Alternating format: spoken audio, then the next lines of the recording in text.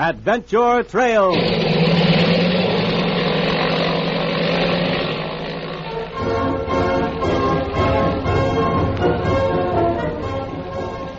It's time to follow Adventure Trails with Pappy Boyington. Colonel Boyington, the famous adventurer, war ace, and leader of the intrepid Black Sheep Squadron of the Marine Corps, has another story to tell.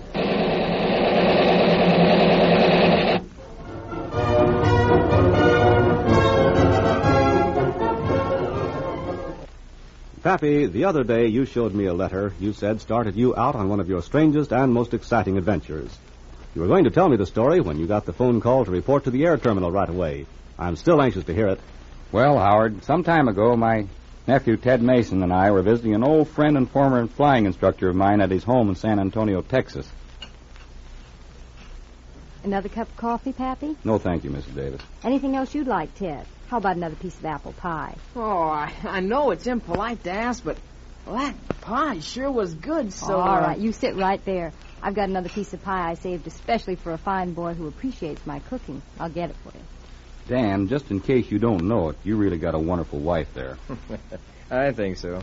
Oh, by the way, here's a letter that came for you today, Pappy. Oh, who's it from, Pappy? It's from Randy Hill. You remember Randy, don't you? The skinny, red-headed kid in our gang that used to talk about using a plane to prospect for gold. He got a sliver of shrapnel through his leg in Munda, and the last I heard, he was in the hospital at San Diego. Seems like he's okay now, where he's back at his old game of mining. This letter is from Santa Teresa, Mexico. I'll read you part of his letter. I've just run across a clue to a rich silver mine. It's called the Mine of the Parrot. How about coming down here and helping me locate the strike? Looks good from here, and I could certainly use some company out in that wild country. I'll be waiting for you or your reply at the Prospectors Club in Santa Teresa. There's a small landing field just south of town, but be careful of the power line if you come in from the east. What are you going to do? As if I didn't know. That's right. That guy Randy may need some help in that territory he's going into. Besides, I never owned a silver mine. Well, what about Ted? You know he's welcome to stay here with us until you get back. Why, Ted wouldn't miss the trip for anything, would you, Ted? You know I wouldn't. This isn't going to be a picnic. It's going to be tough, plenty tough. Still want to go? Are you kidding? We'll pack tonight and take off early tomorrow morning. Dan, I hope you don't mind if we take a rain check on our visit. I hate to run out like this, but we'll continue our visit when we get back and have a lot more to talk about. I know. Oh, boy, don't I wish I were going with you. But with Martha and the flying school and all that. I wish you were, too. The more the merrier.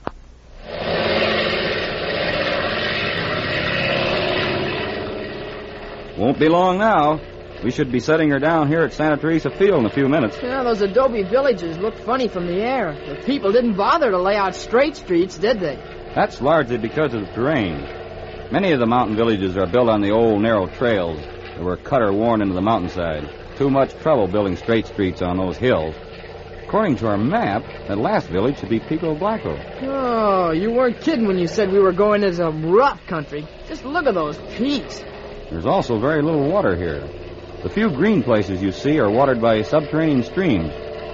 Every one of the plantations have to be irrigated. Well, I hope Randy is waiting for us and has a map or whatever it is that gives the location of the silver mine. Mine of the Parrot. That's a funny name. There's probably a reason for that unusual name. Say, that's quite a town up ahead. That's Santa Teresa. There's the landing field. Doesn't look to be a very busy place. One small hangar, 3 planes on the field. That's a sweet green job, that twin-motor transport. It belongs to the Mexican Interstate Airlines. I didn't know the company made Santa Teresa. Must be a chartered flight. Probably some big government official making his rounds. We'll soon know. There's that power line. We don't have to worry about it. The wind's from the south.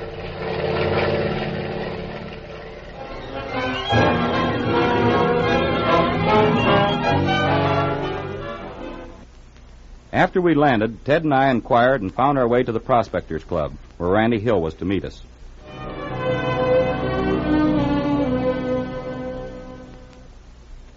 Oh, here's the club. Phew. They certainly wanted to give the members their exercise building it up on a hill like this. Think of the view. Where else could you see so much desert? I wonder if the room clerk can give us any information. Oh, buenos dias. Can I help you, senores? I hope so. I'm looking for a Senior Randolph Hill. Oh, Senor Hill. Oh, see, he was here, but he left 3 days ago.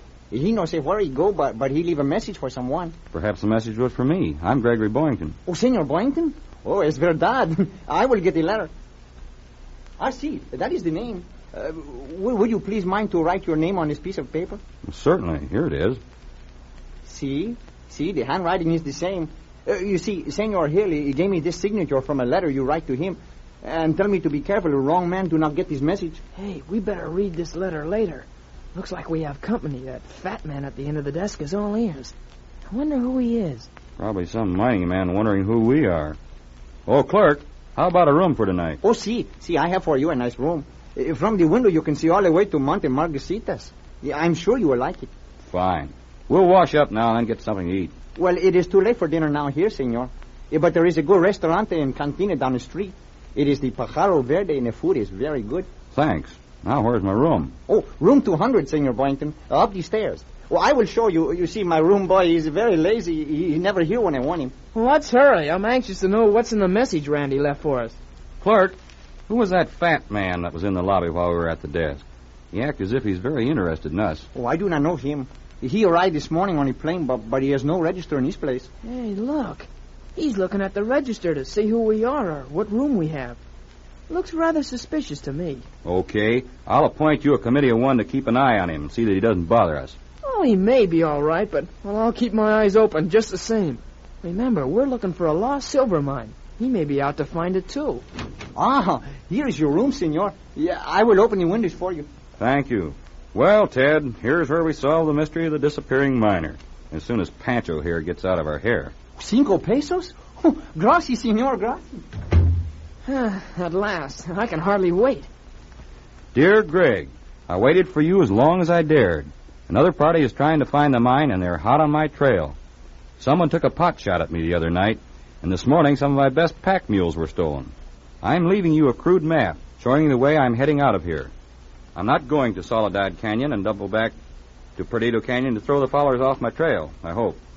Follow the trail into Perdido Canyon until you come to the little creek. Then follow the creek upstream to Escondida Lake. I will be in a cave at the north end of the lake. Don't lose any time in Santa Teresa. Whoever is on my trail may suspect something and have agents follow you. I hope you get this message and are able to find me. Your old friend, Randy. Hey, well, we better get started as soon as possible, hadn't we? We'll see about hiring a couple of horses and a pack mule tonight when we go out to eat. We should be able to get away just before dawn so no one will see us. Let's get washed up now and see how the food is down at the Pájaro Verde.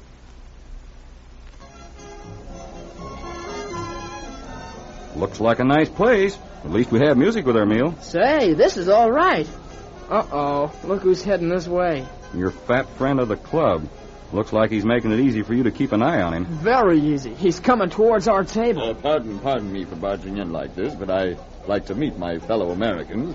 One gets pretty lonesome in a godforsaken hole like this one.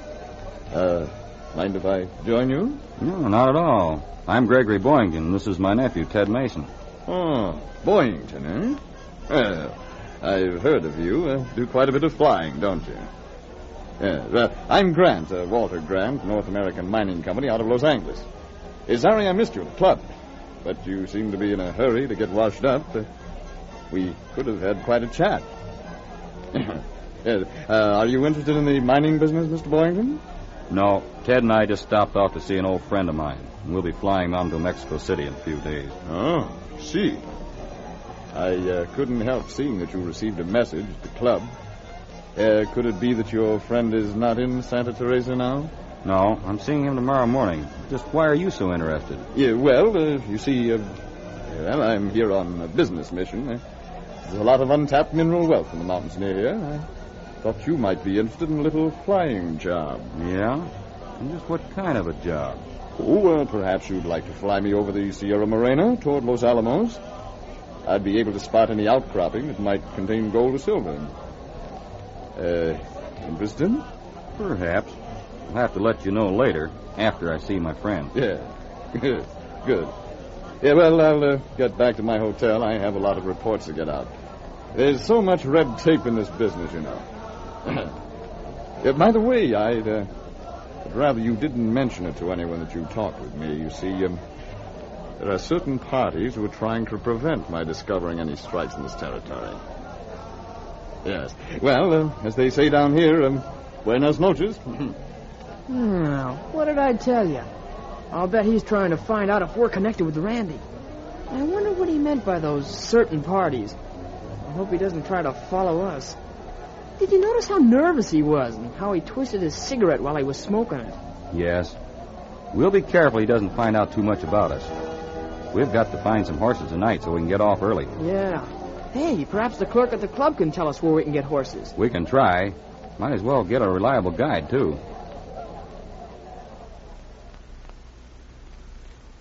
Oh, here we go, mountain climbing again. Next time I'll bring my walking stick. I expect to see a St. Bernard bringing us relief any time now. Oh, stop complaining. Say, isn't that our room there on the south corner of that building? Yeah, the room with a view. Hey, did you see that? There's a light in the room. We didn't leave any lights on. The light's moving. Looks like a flashlight. Somebody's searching our room. Let's go. Yeah.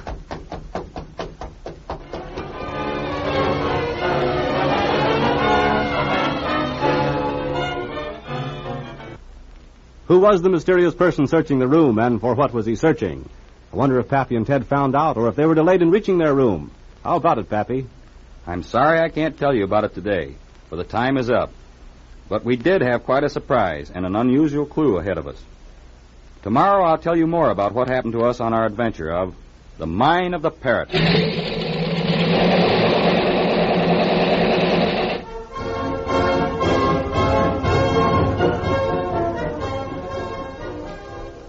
Tune in tomorrow, same time, same station, and follow Pappy Boyington along Adventure Trails.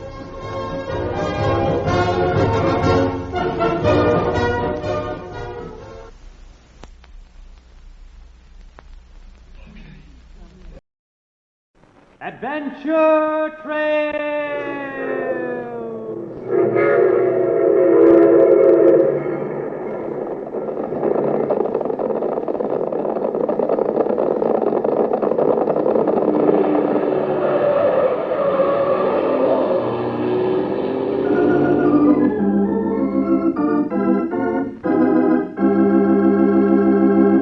Hello, gang. This is the Adventure Man, a new radio friend of yours. I'm going to be on hand every day at this time to bring you stories jam-packed with adventure, suspense, and mystery.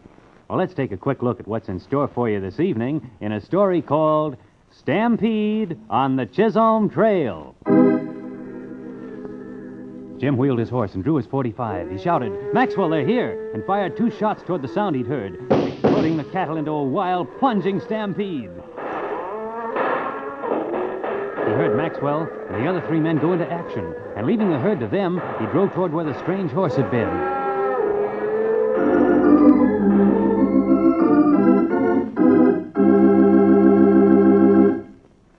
Well, that's just a sample of Stampede on the Chisholm Trail.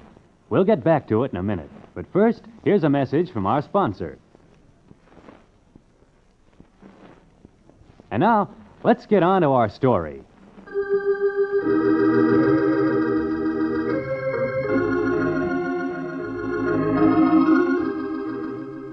One of the most famous and fabulous landmarks in the long and colorful history of the West is the Chisholm Trail, a route that the ranchers followed as they drove their great herds of cattle from the rich rangeland of the southern section of the Plains country to the railroad centers of the north. Today, ancient wheel ruts in the arid soil of Texas and Kansas and the broken banks at the river crossings tell the story of hundreds of rattling chuck wagons and the passing of thousands of cattle. But there's little to tell of the passing of countless men who died along the trail, or of the honest fortunes lost and dishonest ones gained by those who matched wits and six-gun skill in the fight of law against lawlessness, the fight around which our story tonight is woven. Young Jim Pryor was heading north on the trail one morning in the fall of 1860. A lean, tanned youth of 24, he'd been born and raised on the range, had lived the hard life of a cattleman, and as a result, had grown quickly into manhood, fearless, with strong sentiments about right and wrong, and fighting ability to back it up. And Jim was riding straight into the opportunity to use that ability.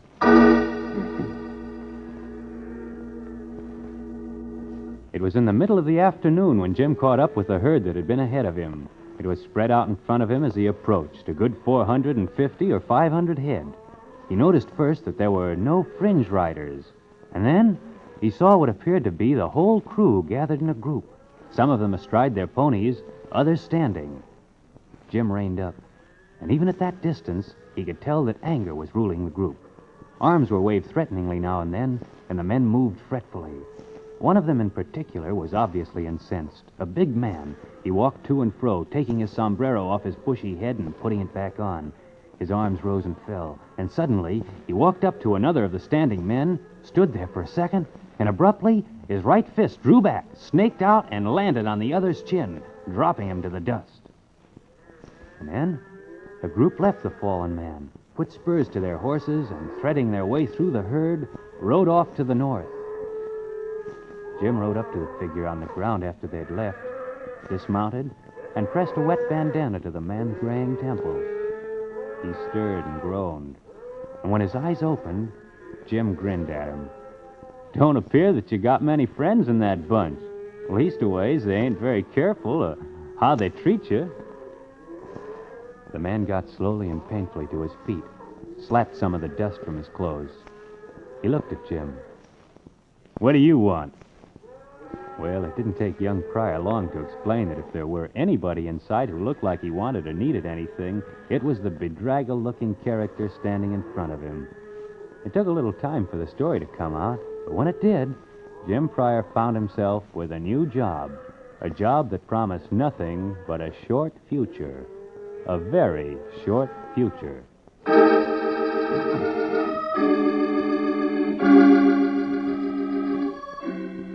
The man's name was Luther Maxwell, and according to his story, even before he had started the drive from his ranch below the Pecos River, he had received a warning that he'd never reach his destination, which was a railroad station that existed under the unhappy name of Desolation Junction. There was a man down there below the Pecos named Todd Malcolm, riding roughshod over the ranchers, rustling beef, stealing horses, and so far, too smart to be caught. He'd warned Maxwell that he'd lose his herd, and there was little doubt that he was the one who was planning to take it over. And now, Maxwell, with only 3 men left, a cook and 2 handymen. It looked like Malcolm's threat would be made good. Maxwell clenched his gnarled fist when he finished the story and stared off into the north. A lowering sun looked into his grizzled face and caught the hard glint in his eyes. By tarnation, I'll fight him alone if I have to. It was at that moment, admiring the fighting determination in the old man, that young Pryor decided to throw good sense over his shoulder and join Maxwell in the one-sided battle. 1,000 cattle to drive and a band of rustlers to fight. Heavy odds for 5 men. There was no help for them to call on out here. No law except the law of the 6-gun. The law of the Chisholm Trail.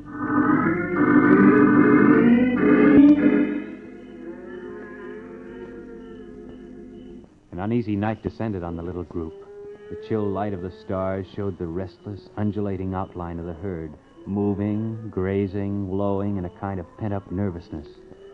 Jim knew that at night any herd was ripe for stampede.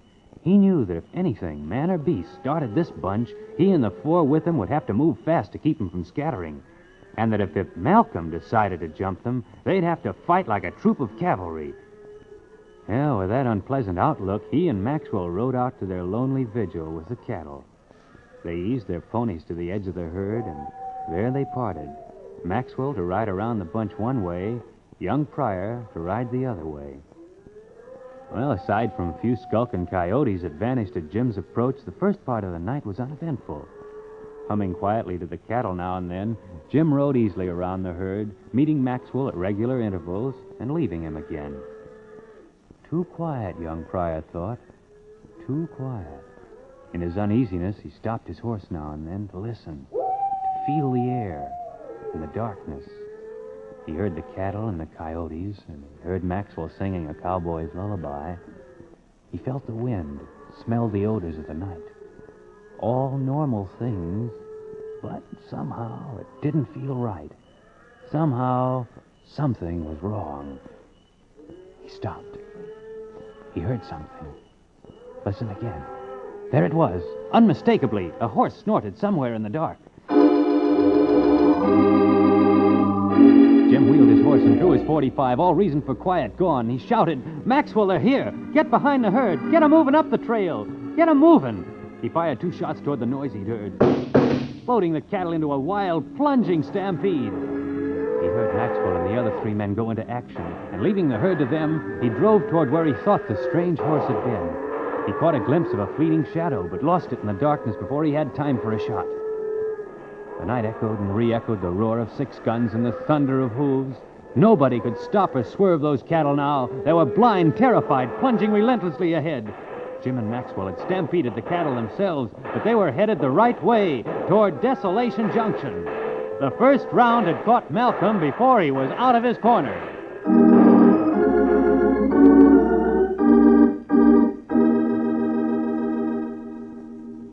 There was a feeling of victory in Maxwell's small group the next morning. The cattle had run themselves out before dawn and now had settled down to a steady, mile-eating pace. 5 men had won out over many times that number. 5 men and 500 cattle. But both Jim Pryor and Maxwell knew that only a few hours would pass before they'd have to face Malcolm's men again. That was certain. So, choked with dust kicked up by the thousands of hooves, weary and saddle-sore, young Pryor and Maxwell tried to work out a plan. Both of the men knew the country ahead of them. They discussed it now, trying to settle on which place would be a good spot from which Malcolm would attack. It's an old rule with men who fight other men. Put yourself in your enemy's shoes. And doing that, discarding this place and that, they narrowed the possibilities to 3. 3 places from which Malcolm could attack. With the odds they had stacked against him, their only hope was in being sure. And the only way to be sure was to go to each of these 3 places and find out if Malcolm were there. Jim, the cook, and one of the handymen volunteered for the job. Each man to look into one of the possibilities. Each man standing a 1 out of 3 chance of facing Malcolm's gang alone.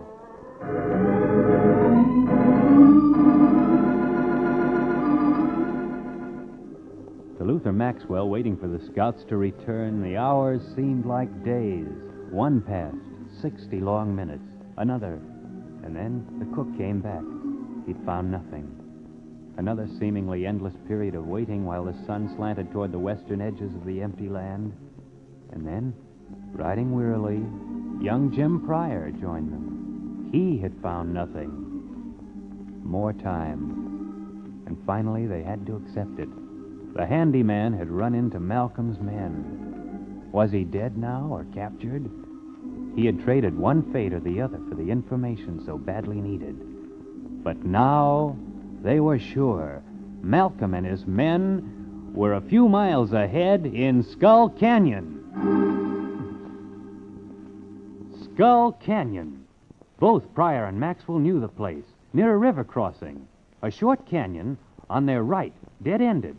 In their mind's eye, they could see the gang. There was a pocket on one side, an indentation in the canyon wall. That's where they'd be, out of sight. The river crossing did away with the idea of trying to stampede the cattle by. They had to slow down for the river. And suddenly, Jim had it. There wasn't time to argue the pros and cons of the plan. It had to work, and they had to move fast.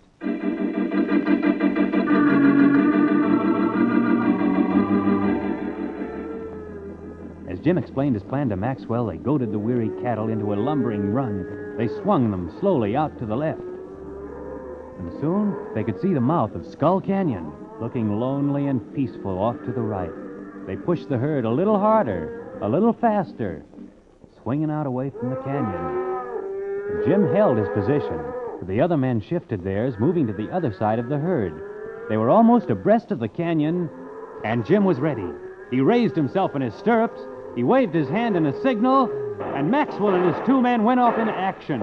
Guns roaring, they pushed their horses into a gallop and started turning the head of the herd. Faster and faster they moved until they were headed directly toward the mouth of Skull Canyon.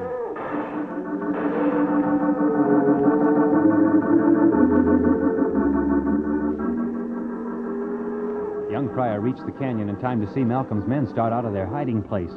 When they saw the stampeding cattle bearing directly down on them, confusion hit their ranks. They scattered, some of them racing to the end of the canyon to attempt escape up the steep sides, others trying to cut in front of the herd only to fall into the avalanche of heavy bodies.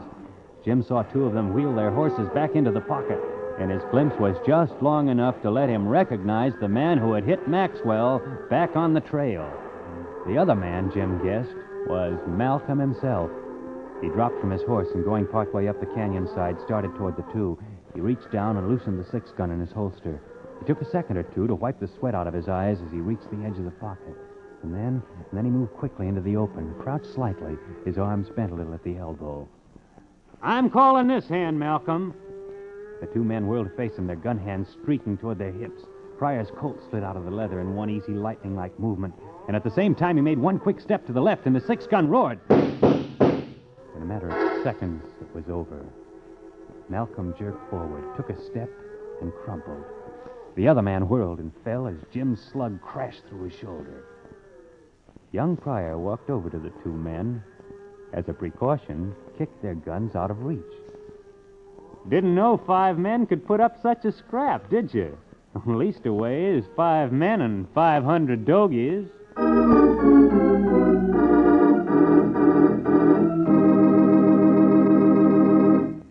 And except to tell you that Malcolm and as many of his gang as could be rounded up were turned over to the sheriff when Jim and Maxwell and the herd arrived at Desolation Junction, our story is over.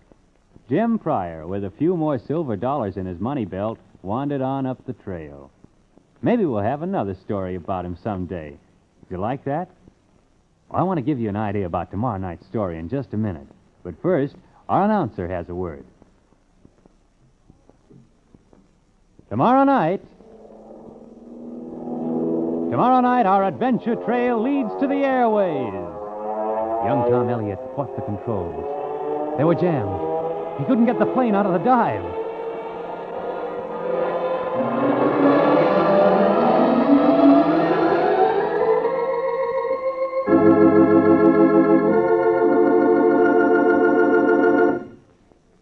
Join us tomorrow night along Adventure Trail.